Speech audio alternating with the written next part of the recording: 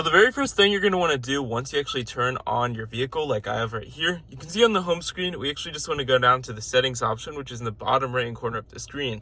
When you click on this, it'll bring you to this page like so, where you want to click on connections. You can see right here the device list of all 6 devices that are currently connected, whether it be for CarPlay or Android Auto. And if you want to remove a device, if there are already 6, you basically click on the I next to one of these, and you can actually delete the device just by clicking on the delete device, or actually just seeing the device information. And once you've actually deleted your device, because I had too many, you can actually see if you want to add one. You click on the add new option right here, and you basically just need to go into the Bluetooth settings on your phone once it's in pairing mode like it is right now, and basically just click on the My Rogue or whatever your car's name option is on the screen like so.